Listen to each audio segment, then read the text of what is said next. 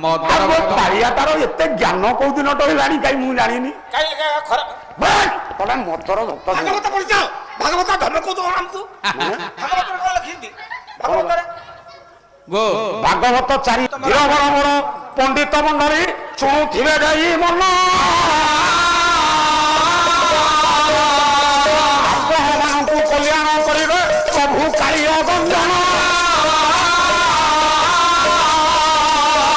ଯାହା ଯାହା ନ୍ୟାୟ ହୋଇବ ପଣ୍ଡିତ ସେବ ବାବୁ କାରବାର କରିଥିବେ ଆପଣମାନଙ୍କୁ ସେହି କାଳିଆ ଠାକୁର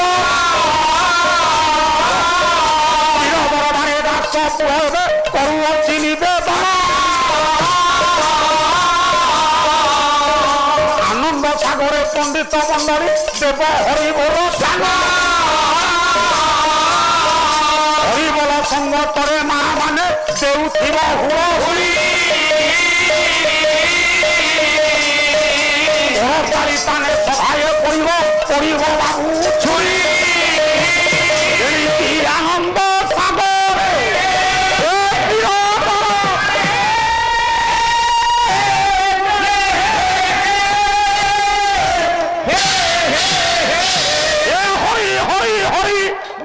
তুম দেশ বন্ধু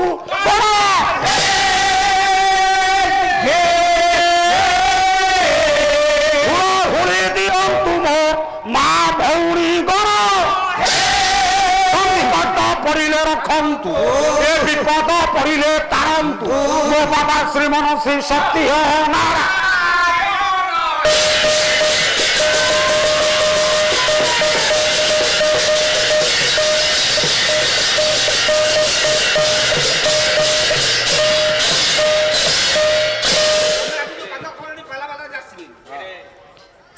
কলা কর্ণে শুণ বিদুষ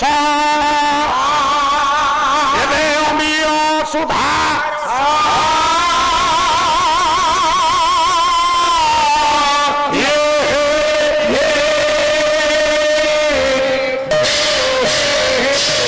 শুনিলে দুরিত বিনা শুনিলে দুরিত বিনা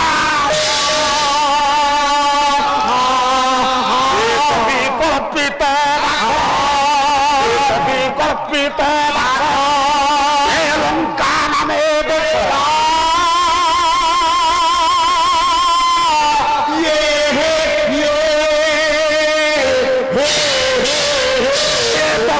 গ্রীব নামে নরে গ্রীব নামে রাধি রাধি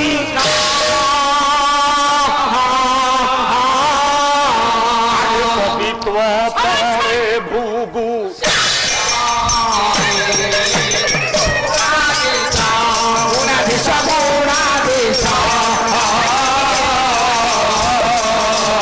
আরে কবিত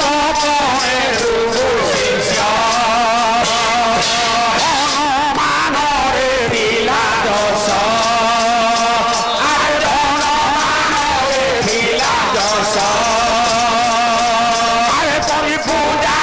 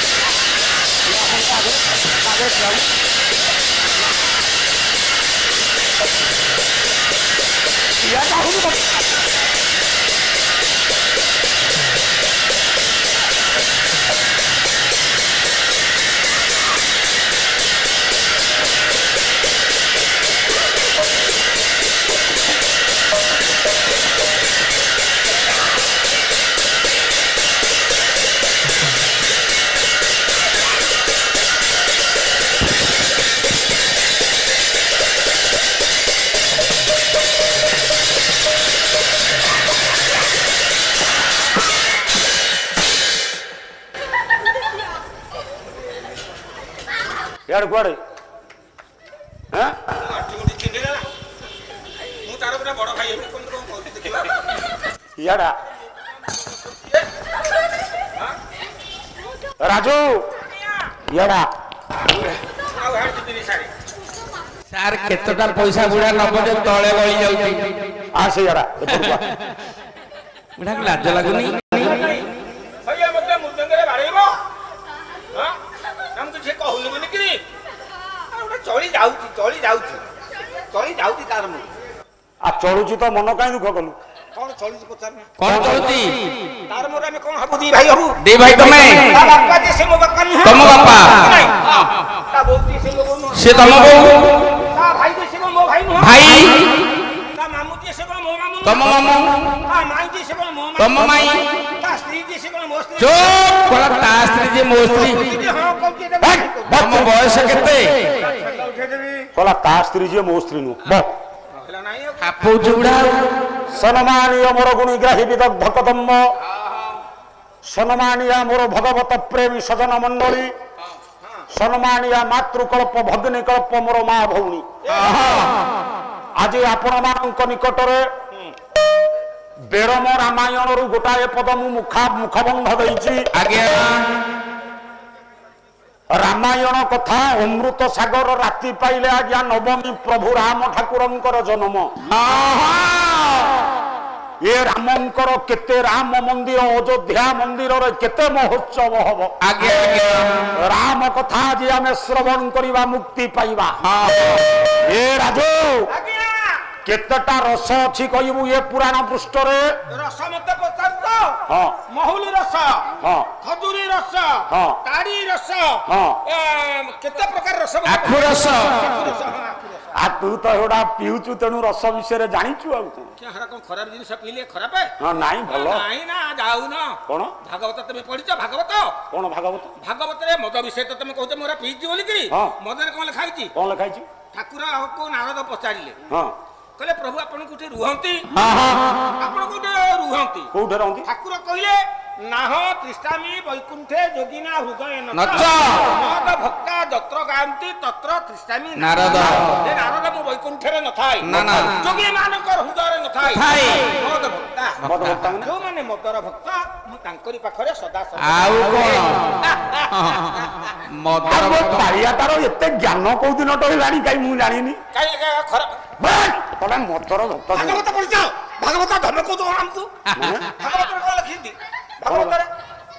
ଗୋ ଭାଗବତ 4 ଅକ୍ଷର ଭାଗବତ 4 ଅକ୍ଷର କଣ କଣ ବୁଝେଇଗଲେ ଭାରୁ ଭାବ ଗରୁ ଜ୍ଞାନ ବରୁ ବ୍ରହ୍ମ ତରୁ ହେଲା ତତ୍ଵ ଜମା ତମେ ଭାଗବତ ଭାବ ଜ୍ଞାନ ବ୍ରହ୍ମ ତତ୍ଵ ମିଶିକି ହେଲା ଭାଗବତ ଜମା ପଢିନ ଭାଗବତ ଆଉ ତା ଅର୍ଥ ସେଇଆ କଣ ତା ଅର୍ଥ ଭାଗବତ ହଁ ଭାରେ ହେଲା ଭାଙ୍ଗ ଭାଙ୍ଗ। ପୁରା ବାଟିକିରି ପିଅନ୍ତି ତାପରେ ଭାଙ୍ଗ ଦଉଡ଼ା ବାଟିକି ପିଅନ୍ତି ଘରେ ଗରେ ଗଞ୍ଜେଇ ଗଞ୍ଜେଇ ଦହିଦବ ଚୁନିବୁଟି ଧରିକି ସୁଟ କିନା ମାରିଦବ ବରେ ଘରେ ଗରେ ବୋତଲ ବୋତଲ ମହୁଲି ହୁସ୍କି ବ୍ରାଣ୍ଡି ଯାହା କହୁଛ କହ ତରେ ତୋର ତରୁଆଲ ମଦ ପିଇଲା ମାନେ ତରୁଆଲ ଉଠିବ ଯିବ କୁଆଡେ ଏ ରାଜୁ ଭାଇ ଏ ଚାରିଟା ଜିନିଷ ବ୍ଲକ ନେଇକି ଯଦି ଥୋଇଦେବୁ ଇନ୍ଦିରା ଆବାସ ଆଗ ତୋର ସରପଞ୍ଚ କରିବା ଏଇଟା ଯାହା କହିଲା ଏଇଟା କିଛି ଅତୃପ୍ତି କଥା ନୁହଁ ଆଜିକାଲି କଳି ଯୁଗରେ ଗୋଟେ ପାଖରେ ମହାପ୍ରସାଦ ରଖନ୍ତୁ ଆଉ ଗୋଟେ ପଟେ ମଦ ରଖନ୍ତୁ ଲୋକ ଆଜ୍ଞା ମହାପ୍ରସାଦକୁ ଗ୍ରହଣ କରିବେନି ଆଗ ମଦକୁ ଗ୍ରହଣ କରିବେ ଆଉ କାରଣ ମଦ ପିଅନ୍ତୁ ଆଜ୍ଞା ହେଲେ କୋଉ ମଦ ପିଇଲେ ଆପଣଙ୍କର ଜ୍ଞାନ ହବ କୋଉ ମଦ ପିଇଲେ ଆପଣଙ୍କର ସ୍ମରଣ ଶକ୍ତି ହବ ସେଇ ମଦକୁ ଯଦି ଆମେ କଳି ଯୁଗରେ ପିଇବା ତାହେଲେ କେଜାଣି ଏ ମନୁଷ୍ୟ ଜନ୍ମରୁ ଆମେ ମୁକ୍ତି ପାଇବା ଭାଗବତ ସିନା ଜଗନ୍ନାଥ ଦାସ ଲେଖିଲେ ତୁଳସୀ ଦାସ ଲେଖିଛି ଜାଣିଛ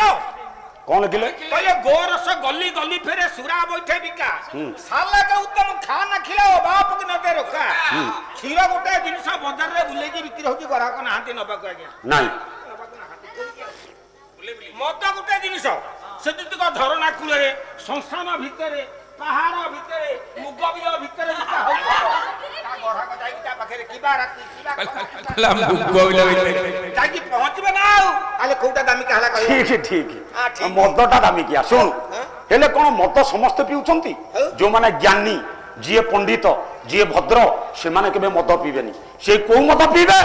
ଆପଣ ମାନଙ୍କର ଅଚ୍ୟୁତାନନ୍ଦ ମହାପୁରୁଷ ଆଜ୍ଞା। କଣ କହିଲେ କହିଲେ ପଢ ଭାଗବତ ଭାଷା ପଢିଲେ ଖଣ୍ଡିବୁ ସକଳ ଦଶା ଯାଇ ଫୁଲ ଯାଇ ଫୁଲ ଆଲୋ ଯାଇ ଫୁଲ ପ୍ରିୟ ଏହି ମତ ନିଶା ଯାଇ ଫୁଲ ପିଅ ଏହି ମତ ନିଶା ଯାଇ ଫୁଲ ଭାଗବତ ରୂପକୁ ମଦ ଆଜ୍ଞା ଭାଗବତ ରୂପକ ମଦକୁ ପିଇଲେ ଏ କଳିଯୁଗରୁ ମଣିଷ ମୁକ୍ତି ପାଇବ ମଦ ପୁଅ ତିଆରି ହଉଛି କୋଉଥିରେ ସୁଣ୍ଡି ଘରେ ତିଆରି ହଉଛି ଅରୁଆ ଚାଉଳ ଦରକାର ଚାଉଳ ଚାଉଳ ଗୁଡ ବାଖର ମହୁଲ ସବୁ ପଡିକିରି ତିଆରି ହବ ଆକୁ ଜଣେ ସୁଣ୍ଡି ରାନ୍ଧିବ ତାହେଲେ ଏ ଭାଗବତ ରୂପକ ମତ କୋଉଥିରେ ତିଆରି ହେଲା କୋଉଥିରେ? ସେଇ ଅଚ୍ୟୁତାନନ୍ଦ ପୁରୁଷ ପୁଣି କହିଲେ କହିଲେ ଚେରମୂଳି ଗୀତା ଭାଗବତ ହାଣ୍ଡିଟି ହୋଇଲା ମହାଭାରତ ଯାଇ ଫୁଲ ଆଲୋ ଯାଇ ଫୁଲ ଆଲୋ ଯାଇ ଫୁଲ ଚାଉଳ ସେନା ଗ୍ରନ୍ଥ ଯାଇ ଫୁଲ ହରି ପୁଅ ଯେତେ ଗ୍ରନ୍ଥ ଗ୍ରନ୍ଥାବଳୀ ଗୁଡାକ ରହିଲା ଆଜ୍ଞା। ଏଗୁଡା ସବୁ ହେଲା ଅରୁଆ ଚାଉଳ 18 ଖଣ୍ଡ ମହାଭାରତ ଆଜ୍ଞା ହେଲା ହାଣ୍ଡି ଶୁଣ୍ଡି ହେଲେ କିଏ ନା ବ୍ୟାସଦେବ ଆପଣ ଆଜ୍ଞା ବ୍ୟାସଦେବ ଶୁଣ୍ଡି ହେଲେ କବି ପୁଣି କହିଲେ କହିଲେ ବ୍ୟାସଦେବ ଶୁଣ୍ଡି ହୋଇ ରାନ୍ଧିଲେ ସେ ଜ୍ଞାନ ନିଶ ଜଳାଇ ଯାଇ ଫୁଲ ଆଲୋ ଯାଇ ଫୁଲ ଆଲୋ ଯାଇ ଫୁଲ କହିଲେ ବ୍ରହ୍ମାଣ୍ଡ ପିମ୍ବାରେ ଧୋଇ ଯାଇ ଫୁଲ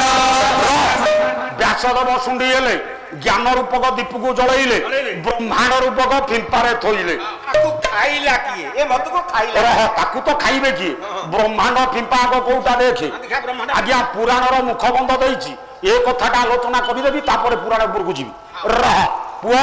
ବ୍ରହ୍ମାଣ୍ଡ ପିମ୍ପା କୋଉଟା ଗଲେ ଅଚ୍ୟୁତାନନ୍ଦ ପୁରୁଷ ଆସିଲେ ଦଶବନ୍ତ ଦାସ କଲା ରଖିଲା 10 ବାଟ ଲଗାଇଲା